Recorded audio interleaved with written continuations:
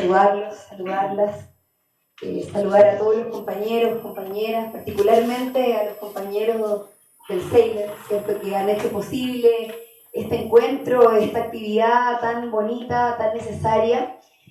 Saludar también a las familias de don Lucho, ¿cierto?, de nuestro compañero Luis Corbalán, que están aquí, las veo presentes, familiares, sus hijas, su nieta. Y bueno, todos aquellos que hoy día nos sentimos convocados a conversar sobre don Lucho, sobre Luis Corbalán, sobre un compañero de nuestro partido, una persona muy importante para la historia de nuestro país. También quiero saludar a los compañeros de la Embajada de Cuba que siempre nos acompañan en su solidaridad y su vínculo permanente no solo con nuestro partido, sino que también con nuestro pueblo.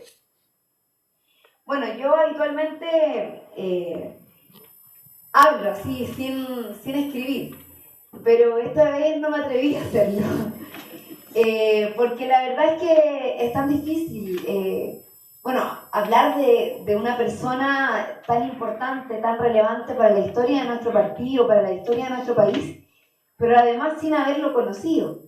Lamentablemente yo no tuve la oportunidad de conocer a nuestro compañero Luis Corbalán, como probablemente gran parte, de forma directa, ¿no?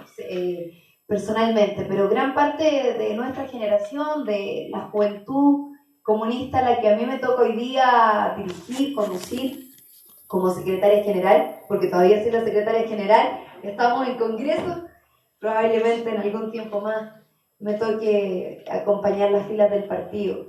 Pero bueno, esta vez, como decía, decidí escribir en función de que creo que un homenaje tiene que ser bien desarrollado, un homenaje debe tener elementos históricos que de alguna manera nos permitan recordar y rescatar no solo la esencia humana de quienes lo conocieron, porque la verdad es que con todas las personas que he podido compartir, convivir, conversar, que compartieron con el compañero Luis Corbalán, todos coinciden en algo que aquí se repitió, al menos en lo que alcancé a escuchar de quienes me antecedieron, y que tiene que ver con su sencillez, con su característica profundamente humana, con ser un hombre profundamente convencido, además, de sus ideas políticas.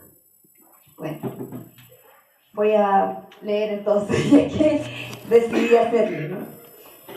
Bueno, Luis Corbalán, Condorito, como cariñosamente lo apodaron los más humildes de nuestro país, no solo por algún parecido físico y su nariz aguileña, sino que por la choreza, el desplante de un personaje nacional. Es uno de los personajes más importantes de nuestra historia reciente. Es una de las personas más importantes del Partido Comunista de Chile y su historia. Todos los comunistas, los de ayer, los de hoy, lo conocemos como Don Lucho, un imprescindible que lideró nuestro partido por 31 años.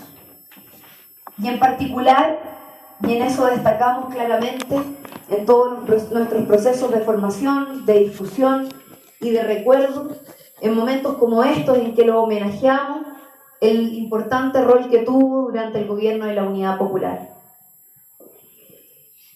Es importante destacar cosas como que el diario El País de España, por ejemplo, en su obituario lo llamó el gran aliado de Allende.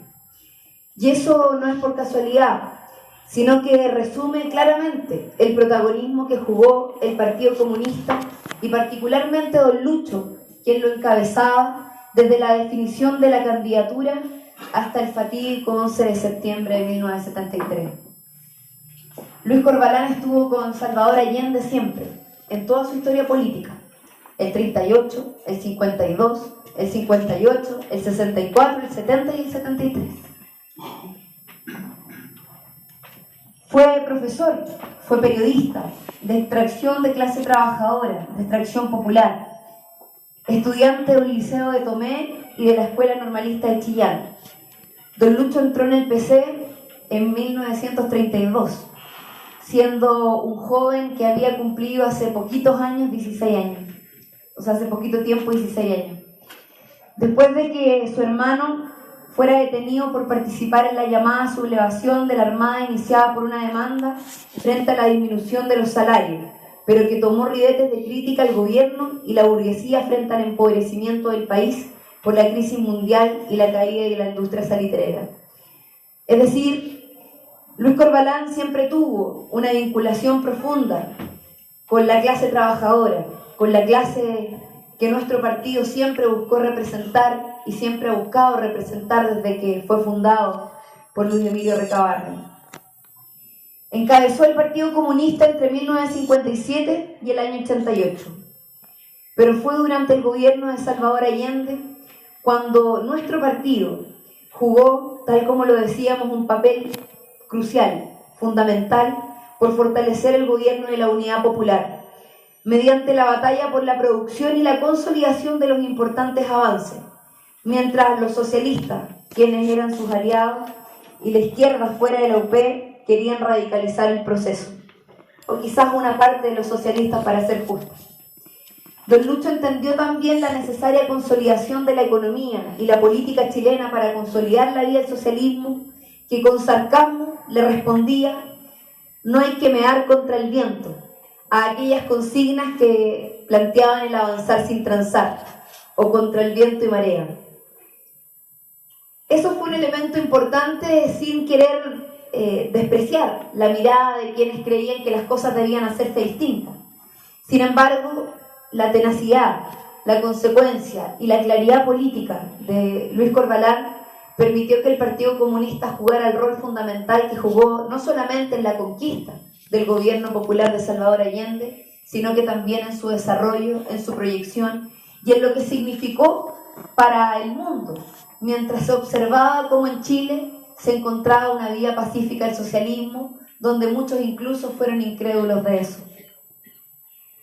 Bueno, es importante destacar, ¿cierto?, cómo a partir de la creación de su familia con la señora Lili, sus hijos, Luis Alberto, María Victoria, Lili y Viviana, tuvo que vivir una de las situaciones probablemente más difíciles que tuvo que enfrentar en su vida, que fue la situación, ¿cierto?, de Luis Alberto, que curiosamente fue detenido el mismo día de su cumpleaños, el 14 de septiembre. Hoy conmemoramos su natalicio, 100 años. Pero bueno, hay coincidencias en la vida que a veces suelen ser paradójicas. Y Luis Alberto fue detenido ese 14 de septiembre, 3 días después del golpe, junto a su esposa Ruth. Estuvo preso en el Estadio Nacional y en Chacabuco. Y al salir en libertad, junto a su hijo de 2 años, se fueron a Bulgaria, donde falleció, como señala hoy el informe Reti, como consecuencia de las torturas recibidas en el Estadio Nacional. En ese momento Lucho estaba preso en la isla Dawson, cuando supo de la muerte de su hijo, mientras en uno de los pocos espacios que tenían los presos jugaba las cartas y tomaba su tecito, como lo citan en un libro. Sus compañeros de relegación cuentan que él en silencio guardó el dolor y no quiso contagiar a nadie con su tragedia. Lo que además demuestra una personalidad tremendamente compleja, ¿no?, de una persona que fue capaz de sostener, como decía anteriormente, uno de los dolores más complejos de su vida y sobreponerse a ello, ¿cierto?, por la situación política y por la situación personal que estaba enfrentando. Desde el exilio en la Unión Soviética, don Lucho impulsó decididamente la rebelión popular de masa contra el dictador Pinochet. El Partido Comunista creó el Frente Patriótico Manuel Rodríguez, todos lo sabemos, que combatió con las armas a una dictadura que torturó y acabó con la vida no solo de los militantes de su partido, sino que de los miles de personas por el solo hecho de aspirar a una vida mejor, de pensar distinto. De hecho, era tal su compromiso con la lucha contra la dictadura que años después, ya terminada la dictadura, una entrevista suya causó tanto revuelo que probablemente todos nos acordamos del importante dicho de por si las moscas, ¿no?, que había que tomar los resguardos por si las moscas y bueno, Eso es parte de las enseñanzas que el propio Don Lucho, ¿cierto?, nos deja hoy.